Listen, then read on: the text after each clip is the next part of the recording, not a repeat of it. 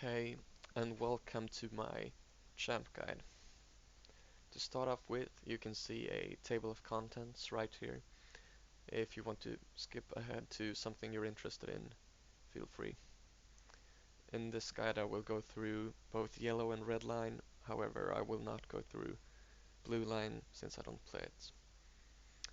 You could say that the level of this guide is intermediate to advanced, depends on your perspective.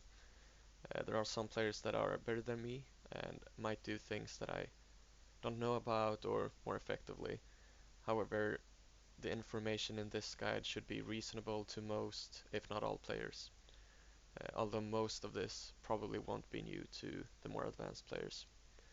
I will go over some basics, but most of it will be presented briefly. So if you have questions, you can ask them in the comments, and there are also other videos out there where people go more in depth into the basics. A lot of the information in this video will be based on weapon swapping. As a champ, to achieve maximal results, you want to use weapon swaps. People that don't want to weapon swap can probably learn some things as well in this guide, but remember that the information is based on weapon swapping. I will also include some advice if you want to start weapon swapping that worked for me. To start this guide, I just want to quickly go through keybinds, and that's because keybinds can really help you in your champ gameplay. And I just want to say I understand that some people might not be able to use keybinds for different reasons, and that's okay. You can adapt your playstyle accordingly and still get results. However, I believe for the best results, you have to use keybinds.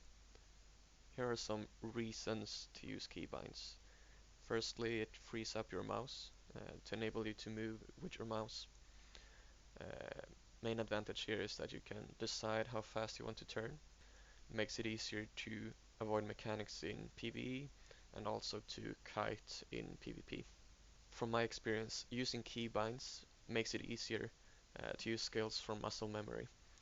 Yeah, you won't have to look at your skills that much because of this, and then you can focus on other things and look what's happening around you.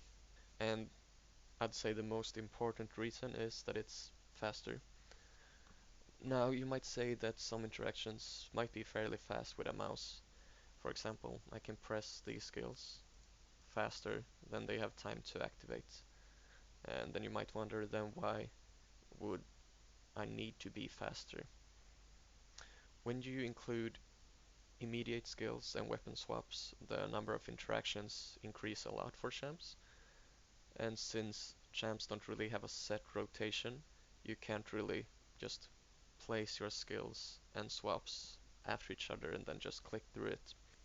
I also feel like the risk of error increases more slowly with a keyboard compared to a mouse when your speed increases. It's easier to miss a click with the mouse than on your keyboard once you get it into muscle memory. If you don't already use keybinds, you might wonder, how do I get into it? Getting into using keybinds is fairly similar to getting into using weapon swaps. So I will bring up some things that helped for me uh, in that section. In this section we'll go through LIs and weapon swaps. And personally, I really enjoy weapon swapping. Before we start, I want to mention that I don't have the most efficient setup. I have a lot of stray legacies that are left since 100 and 105 cap, and you will see that you can combine a few of the weapons together, so you don't need to have as many. And I will point out what is useful and what isn't when we go through these. We'll go through first yellow line, then red line, and then some utility swaps in the end. So for yellow line, here you can see my LIs. And as you can see here on the left, I'll have a green marker for the good ones, and then a yellow will be beside those that gives some bonus, but not really that much, and can usually be skipped, I guess, and red to the ones that are pretty much useless, or are in fact useless. I will try to skip some of the more obvious ones, and discuss the ones that might need some more info on to save some time. So let's start with the AoE rune. Merciful Strike damage was there for when I used Merciful Strikes in yellow, which I don't do anymore. So that can be replaced. Champ's Horn stun duration is not that great for its mitigation debuff anymore. Helps a little bit, I guess. It's mainly for the stun duration on your crafted horns. It does not work on your normal horn. The next four are a given, and then we have Blade Line AoE power cost. I don't really use it for the power cost. That's not a problem currently. I use it for the 13% AoE skill critical damage. The second one is for my dual wield, and here you'll see that a lot of the legacies aren't that important. It's used for these skills. So you can see Blade Wall, Blade Storm, Raging Blade, Fury of Blades. With the stat bloat, stat legacies are pretty much useless, so I'll say that I'll mark this as red. And going forward I'll just ignore them. Remorseless Strikes is only there because for a while I've thought about combining my LIs long enough to replace one legacy, but then I changed my mind. Second Wind Power Restore is not really that useful anymore. I find that you would get enough power anyway from Second Wind, and I actually don't have it traded most of the time. And then we have Feral Strikes damage. It's not really that useful. I'm just using it because I had an extra slot, and it increases my damage just a little bit. Feral Strikes is generally a weak hitting skill. Next weapon is the two-handed AoE weapon, and it's used for these skills. So Rend, Swift Strike, Horn of Gondor, Born for Combat. Horn damage is another of those legacies that I just added because I had a slot. It increases the damage a little bit, but horn damage won't be a major part in your damage anyway. And here you can see my red two-handed weapon, and it's used for these. So Ferocious Strikes, Brutal Strikes. The legacies that are important for Yellow Lion are of course then Ferocious Strikes damage, Brutal Strikes damage. But I also use Rend Bleed damage here. And the reason for this is that Rend Bleed damage doesn't only increase your Rend Bleed, but it also increases the bleed that comes from your red line crits. And in Yellow Line this is actually especially useful with Swift Strike. In Yellow Line you can spread this bleed to 8 targets in front of you with a crit. So that's why I have Rend Bleed on both of them. And finally I have an unimbued swap. It's for Great Cleave duration. Just a quick note on relics. The runes of striking can only be used on weapons. Therefore you want to use something else on your rune. I don't use vitality on my weapons, as you can see. The reason for this is that when you swap weapons, you will lose all the vitality that you have on your weapons. So if you're in combat, you will stay on your base value without weapons. As you can see, every time I swap, my morale goes down to 272, and not my maximum morale. And if I remove my weapon completely, 272.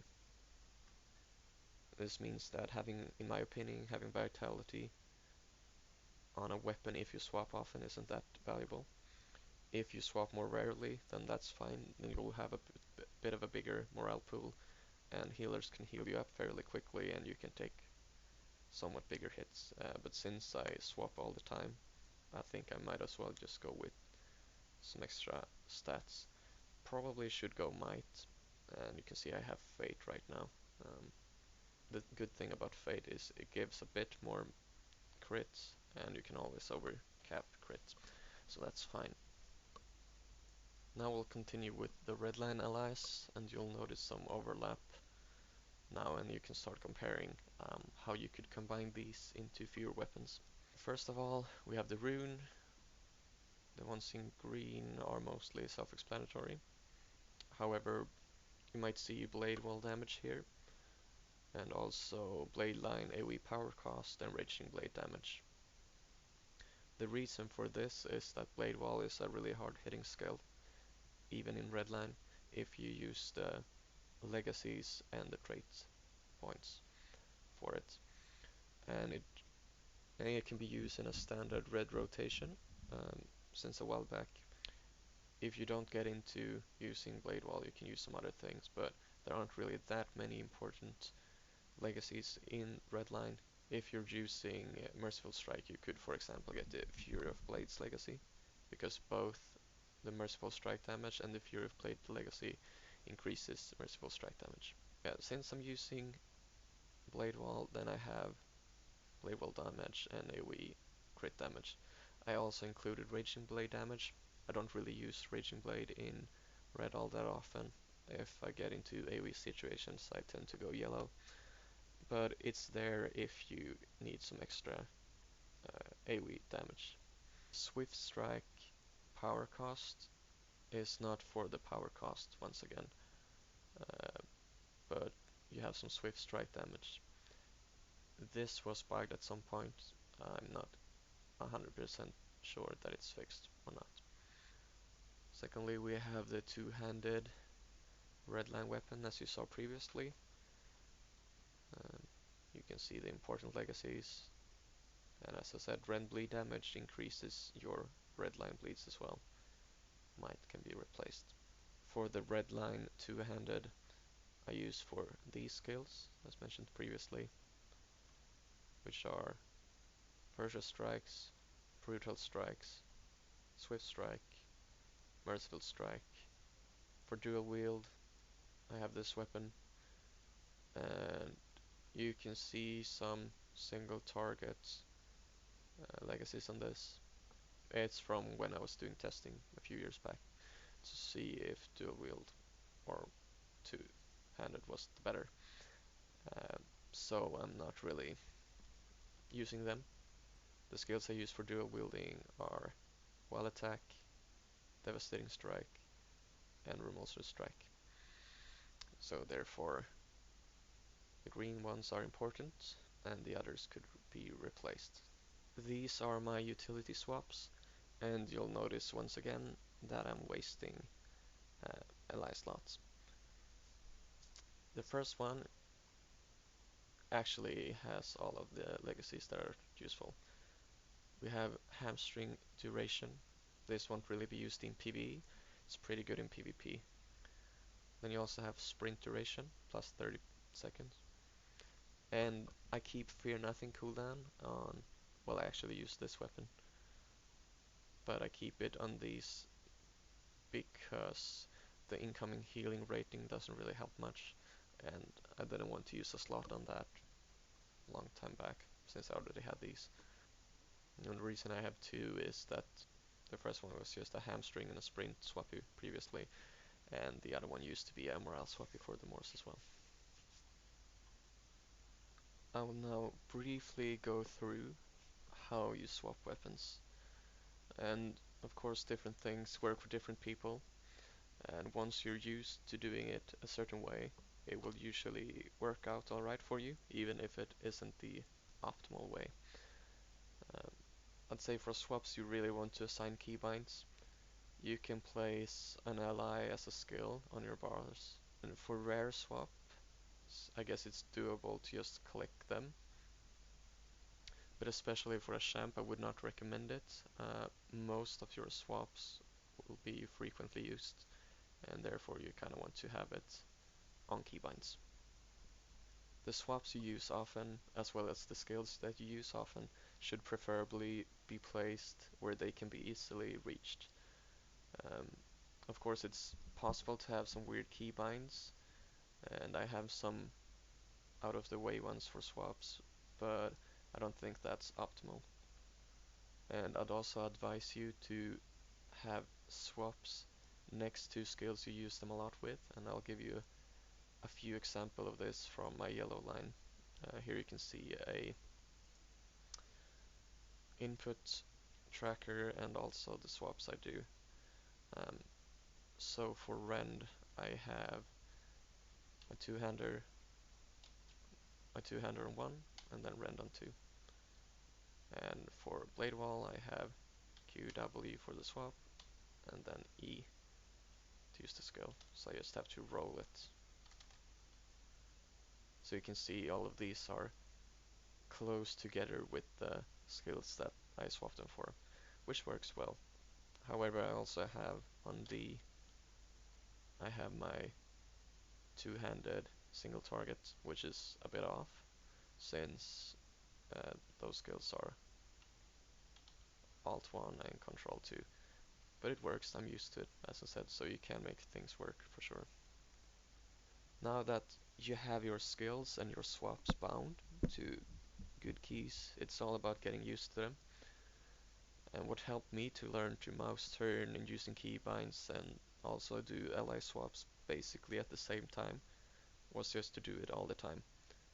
And this will give you a lot more practice and it will become muscle memory a lot faster. And after a while you don't really notice that you're swapping weapons. At least for me, I find it more difficult to not swap weapons than to swap at the moment. And if you only swap weapons when you need to perform, it's a lot more likely that you'll mess up, do mistakes, and actually get a worse result than you do normally. And something I did when I was learning this was, as you've noticed, remove my movement keys since I have swaps on these. And that's forced me to move with my mouse all the time and also use my keys for skills, which I had a bit of a difficult time, not just out of habit moving previously and stuff, so that really helped me to focus in on actually practicing using my keybinds.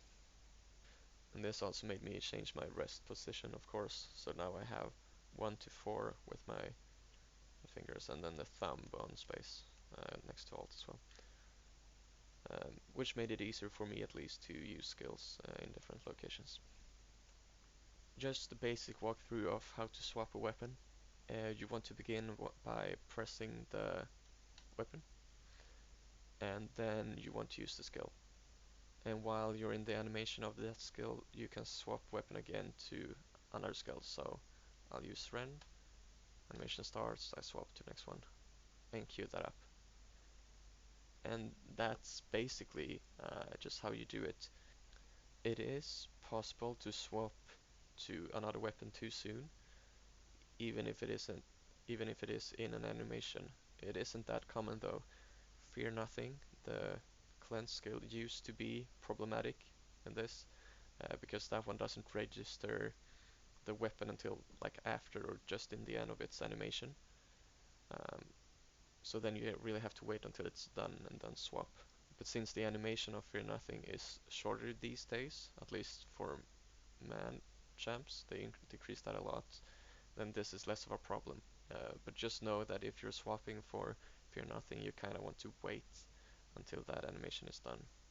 If you use an immediate skill after the one you're using, this will always register the weapon right away, so then you can freely swap afterwards. But as I said, you don't really have to think too much about when in the skill animation the skill registers. At least what I found is that the vast majority of them do it right in the beginning, so as soon as the animation is going, you can swap to the next one.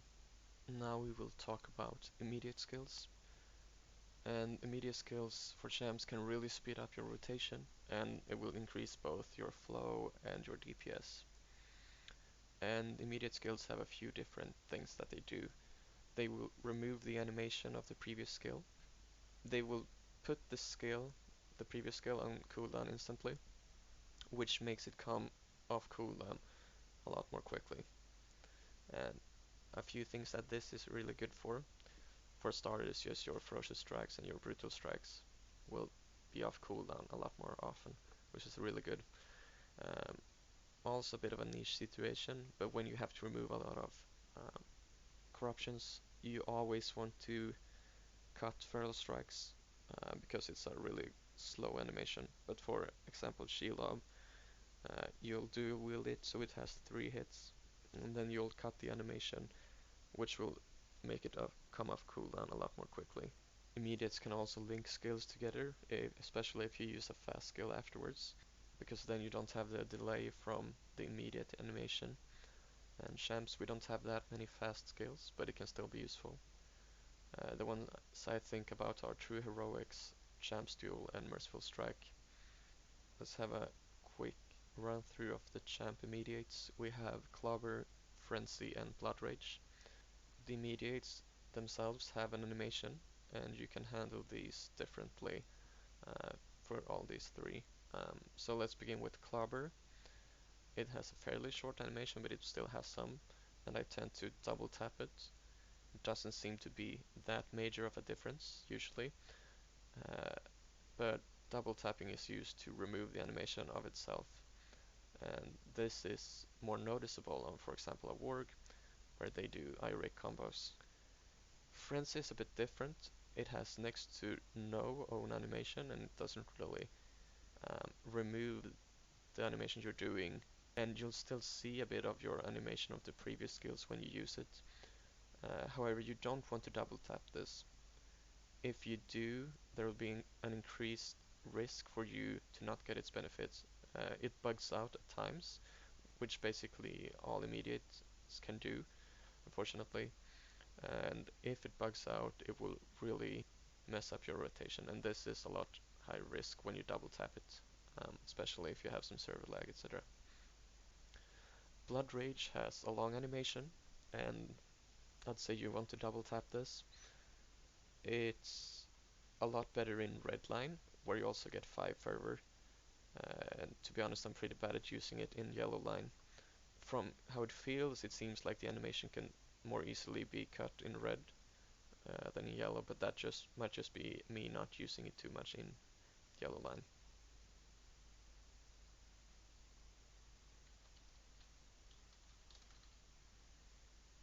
There you can see True Heroics being used right away.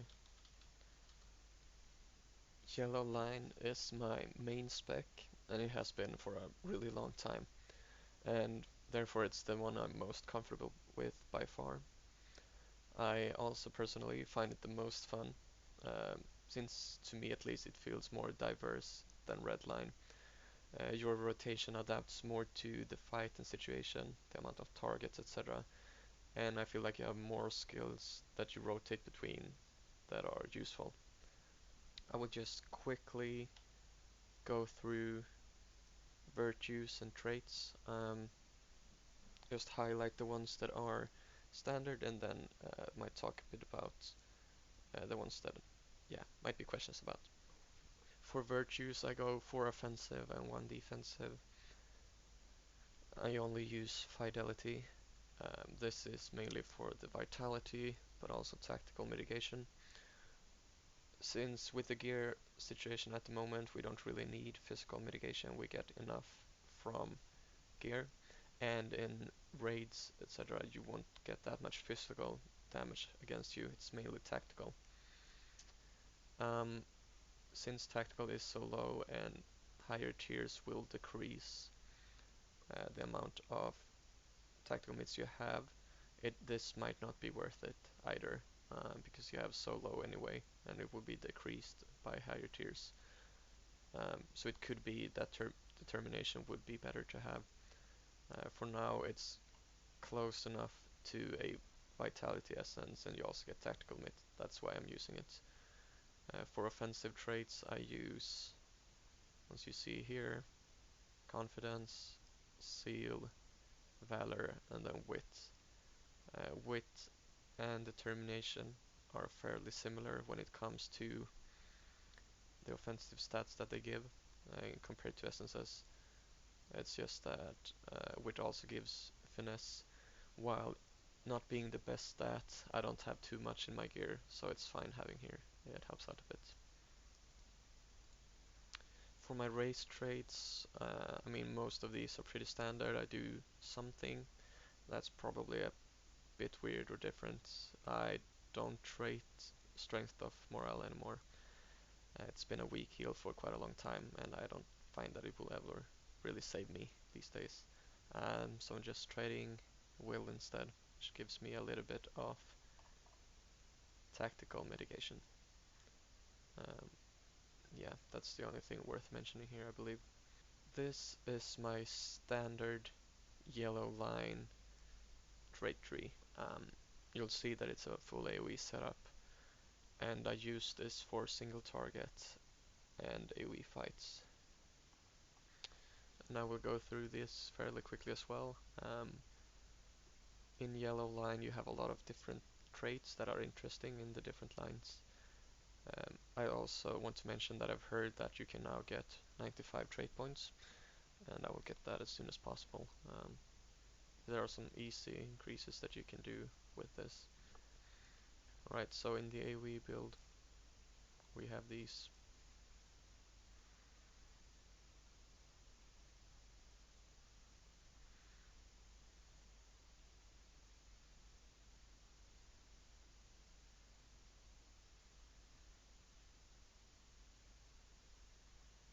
You want all of these maxed. Might gives a fairly decent amount of stats, for sure. Once you get good enough gear, you won't need to trade here. You can use those points elsewhere. And I have enough gear currently so that I can manage. You might see that I'm not fully capped here. The reason for this is that I have a few extra essence slots that I haven't filled yet. Still deciding if I want some extra bits and just get my secondary, my final virtue up to cap for the passive stats, or if I want to get it. When you count stat caps, remember that you always have Battle Frenzy going, so count that into your calculations. I'm just gonna quickly swap back to my yellow line gear so you see what I have. So if I wanted to, now with 96 trait points, I could remove this and place it in Vitality probably. Alright, for the red tree, I have these.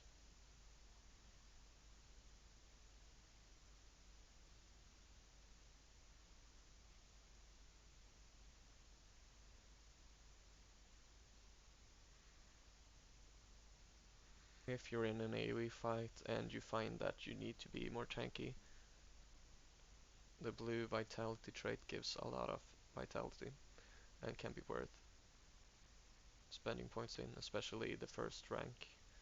And if I had a full AoE fight and wanted some more survivability, I would most likely drop my damage for strike skills. I'll use less strike skills and it increases your damage a little bit. Also, as I mentioned before, removing might and then using the extra trait point gives you one in vitality. The reason that you want to trade deep strikes in yellow line is not only that you use brutal strikes and ferocious strikes, you can also spread this bleed with swift blade, as you can see here, and it's an 8 target AoE bleed, which can increase your damage quite a bit. So that's why I keep it, and that's why I usually keep it on the third tier. Except for these minor variations, if you want vitality or not, there is also more of a single target build that you can use.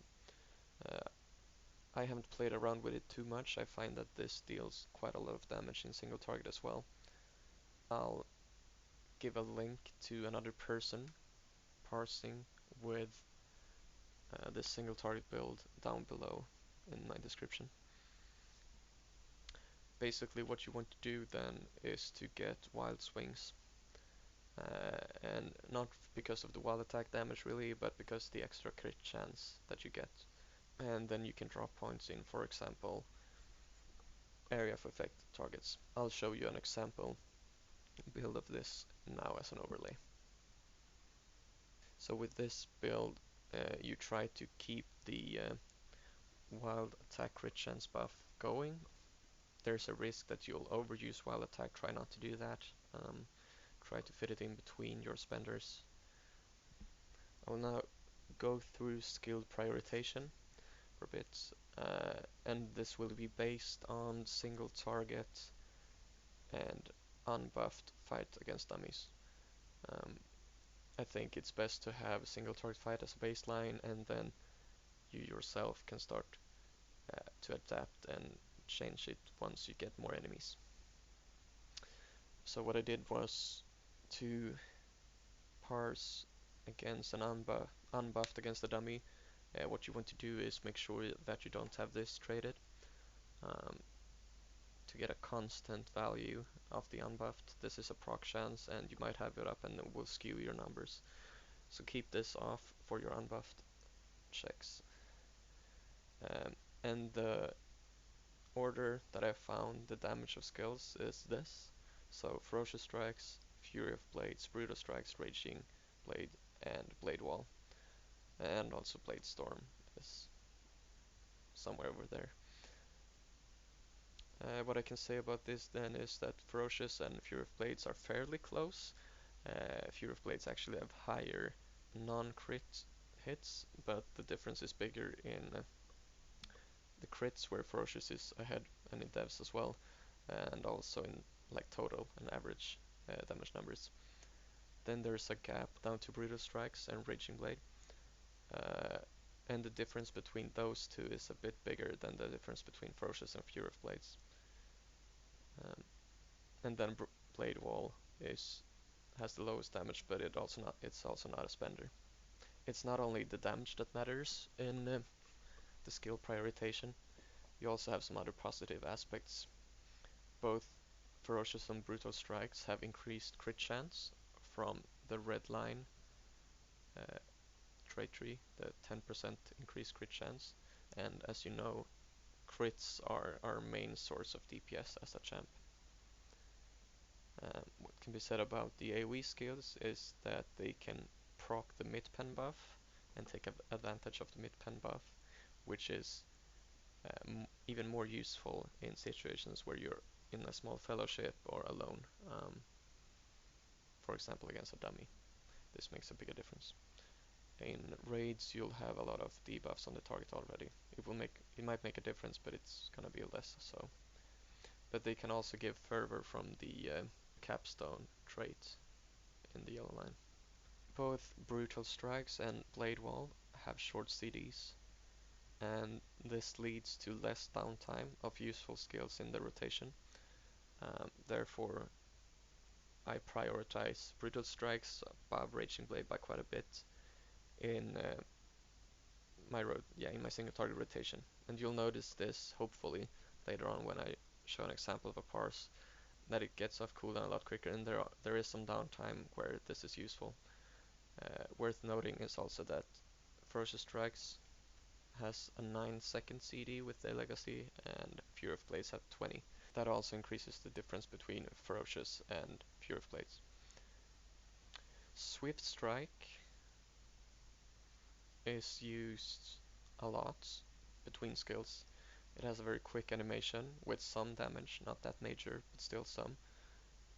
And it gives fervor. And a fervor increase will increase your damage on any skill that you use. And the reason for this is damage multiplier that we get with fervor, as you can see here. Because of this, it's always worth it to try to hit skills with as high a fervor as possible. So using a swift strike even before a blade wall is usually better than using a blade wall before a swift strike, since blade wall does more damage and will benefit from this multiplier more. Rend also acts as a filler, so to give 2 fervor, and I use this usually between a spender plus clobber into something else to bump up my fervor a bit, which can either enable a skill or just make it deal more damage. It is nice to have the bleed stacked to tier 5, but I don't think it's massively important. You'll see in this clip that I'm tracking the bleed. However, I'm mostly doing this for testing the last day. Don't normally have it tracking. When you have Great Cleave and also the mid-pen proc, Fury of Blades will get the highest priority, and Raging Blade will of course increase in priority, although I still have at least Ferocious Strikes above it. I have not yet decided if Brutal Strikes should be or shouldn't be. Depends a bit on how long you have left on the proc and if you can fit it in anyways. So use a Brutal and then fit in a Raging Blade before it runs out, etc. Having said that, any of these spenders and Blade Wall are very good, and you will keep them all on cooldown most of the time. Uh, this prioritization is more to help the decision when you have multiple skills that come off CD at once, what you want to do first. Blade Storm is a bit weird in its role as a spender, because it deals very little damage, generally. It deals just a bit more than Rend, which makes me prioritize Rend above it most of the time, since it's better to get 2 fervor than to remove 4. And in a single target fight, I will only use it if basically everything else is on cooldown. Of course, all of these prioritizations will change a bit once the amount of enemies increase. The AoE skills will increase in value, however most of the time you'll still have a priority target, which will have most of your raids debuffs on them, and you want to focus, and therefore use single target skills a lot, even in AoE situations, especially if we have, for example, a boss that needs to be burned. And if there are multiple enemies and not an important prior target, I will of course use Blade Storm more, and the more targets, the more effective it will be. But I will still always keep rotating in Ferocious Strikes and Brutal Strikes if I want to achieve the max amount of damage I can. Of course, on trash pulls it can be easy to just be lazy and rotate between AoE skills. And this is because you really have to focus and use your cuts to gain damage by using the single target skills in these situations. When it comes to thinking about your skill usage and order, you can also consider the flow of skills together with immediates.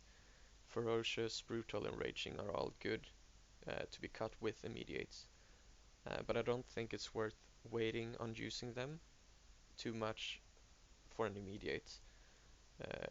If you just use that skill, then another of them will come shortly after the immediate is available, and you can use it then.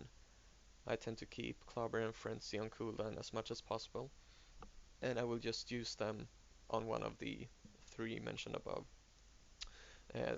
the one that's available at the time.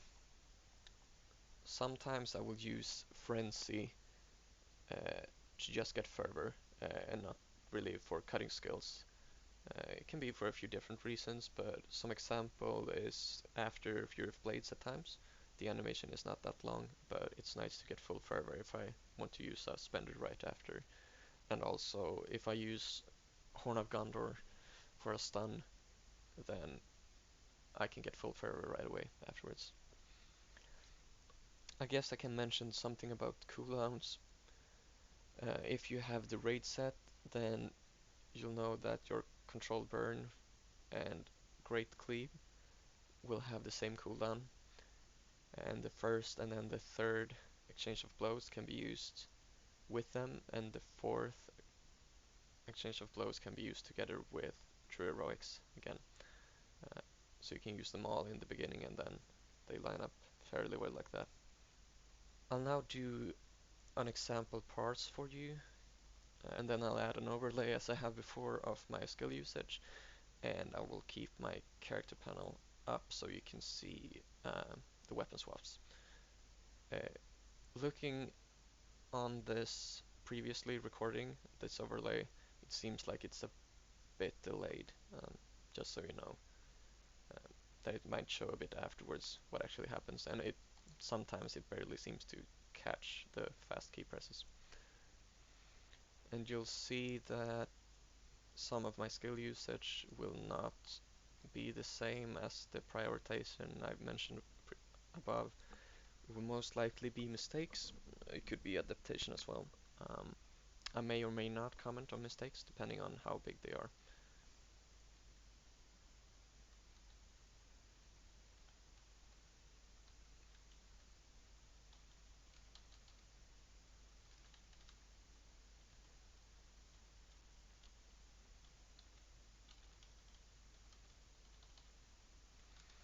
Here you see my first use of Bladestorm.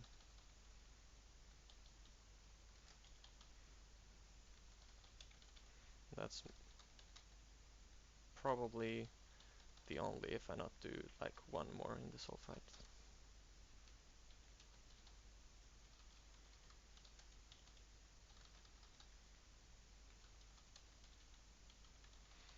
Using rend after a spender, and I can go directly into ferocious strikes.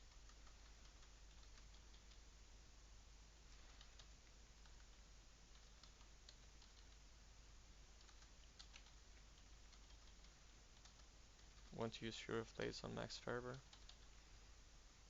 Probably should have used rend instead of Swift Strike and Blade Wall.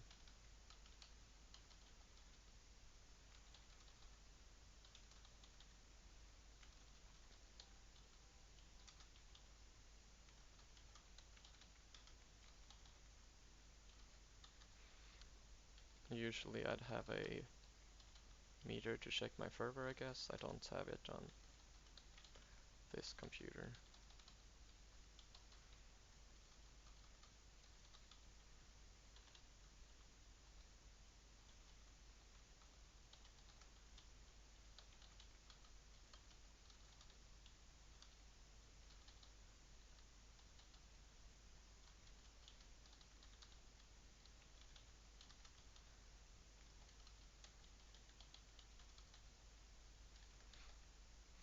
And then you basically just continue like this. Try to identify what's up. See if you have enough fervor for the spender. I'll wait with true heroics since this parse I won't get it up again anyway, so I might as well use them together.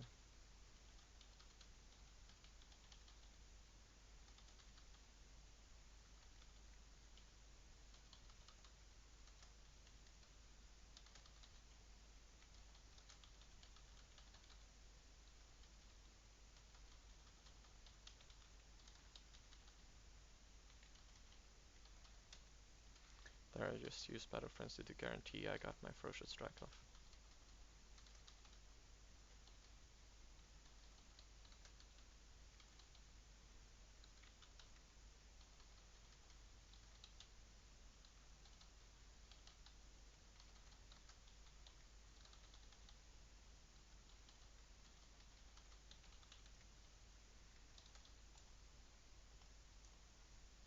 And that's an example. This is the skill breakdown. I'll hover over it real quick and then you can pause the video if you want to.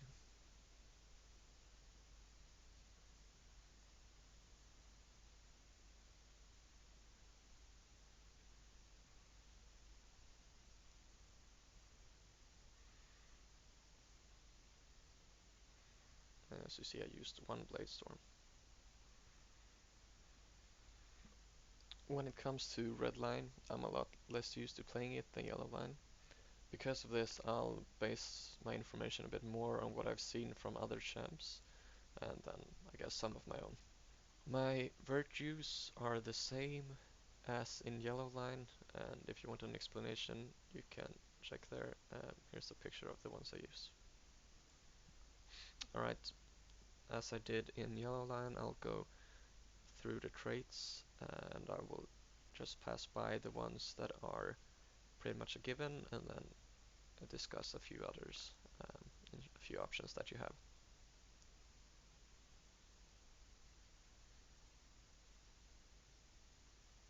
So these are the given ones.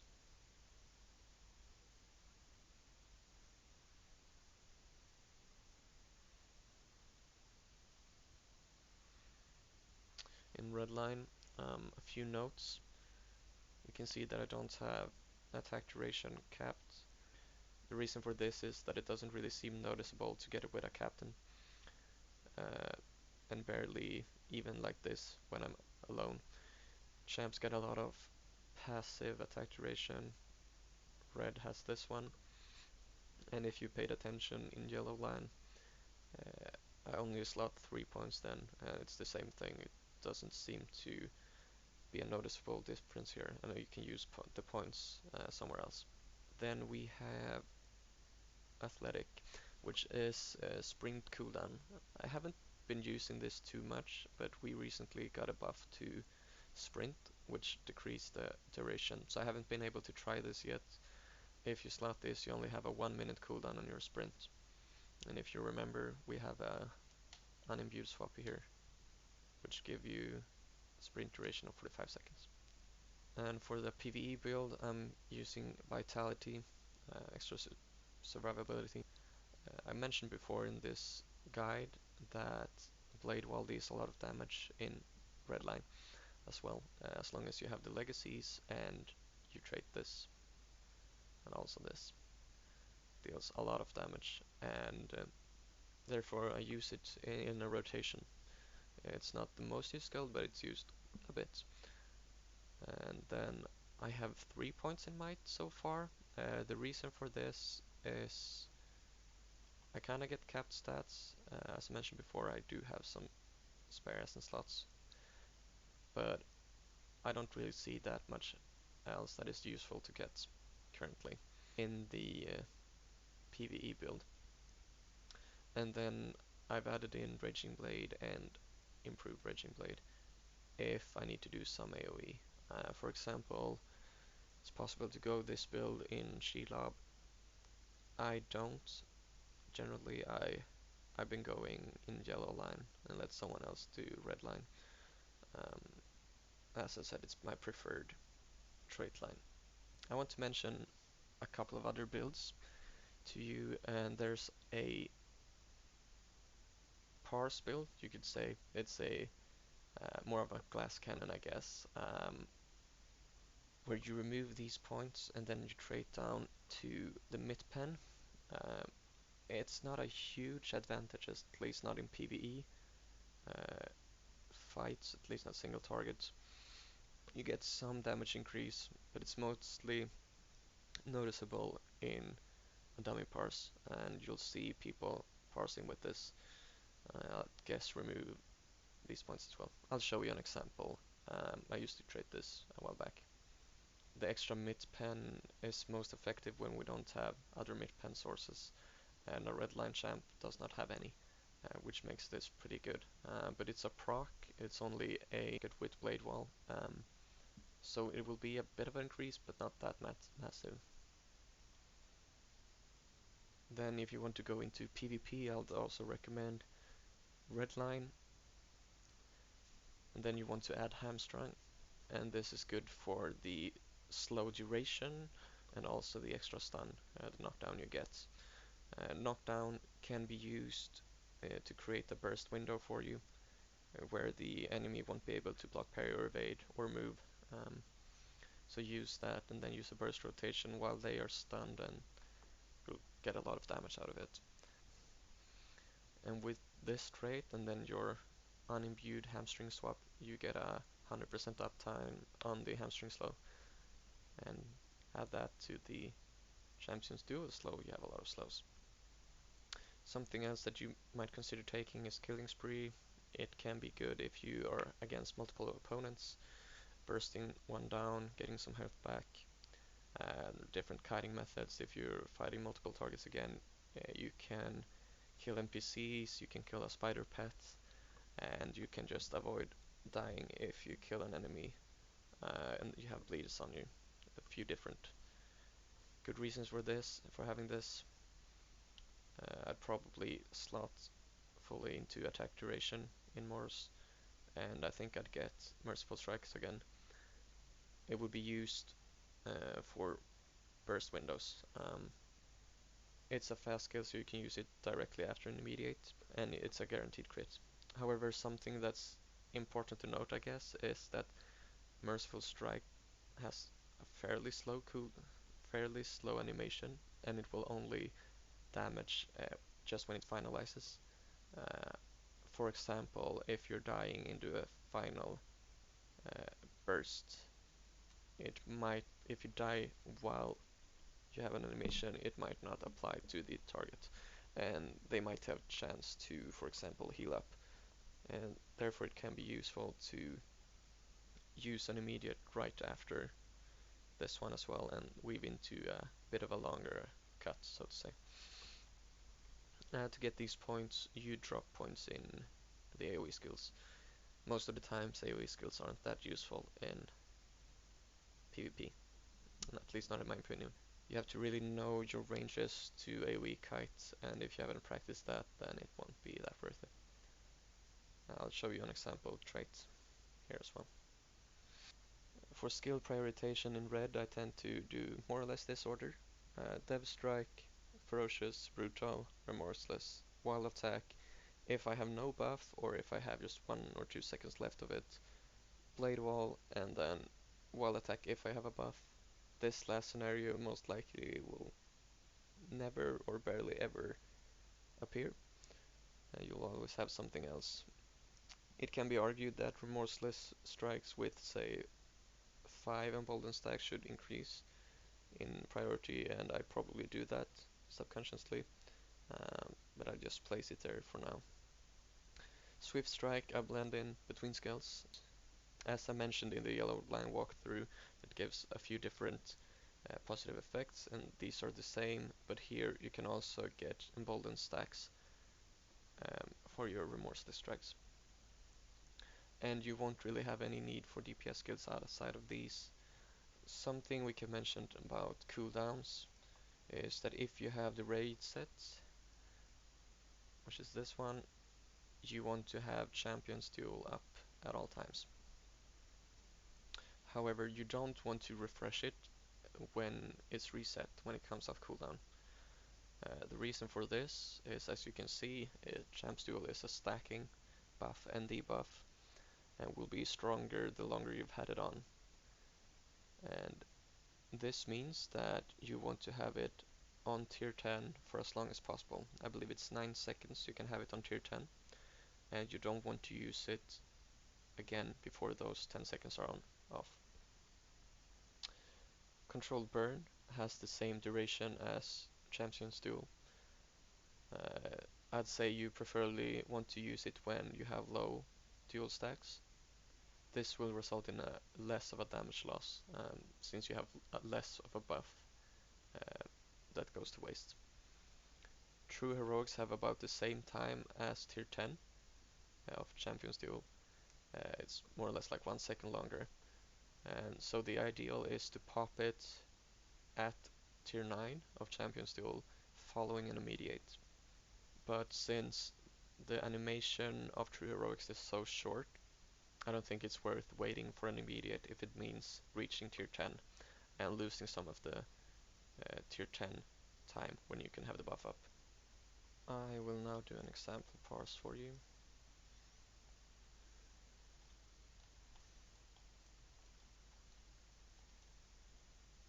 And once again, I might not do as I said I would prioritize, and then I'm most likely doing a mistake.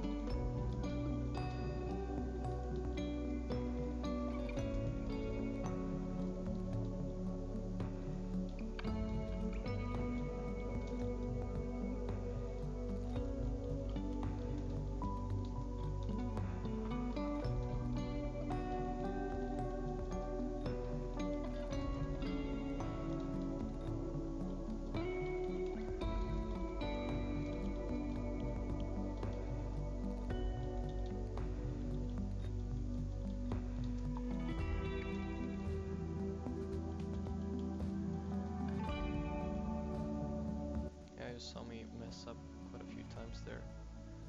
Luckily, you can still get decent parses at times. You just try to adapt and not mess up too much more. This is the skill breakout. Pause if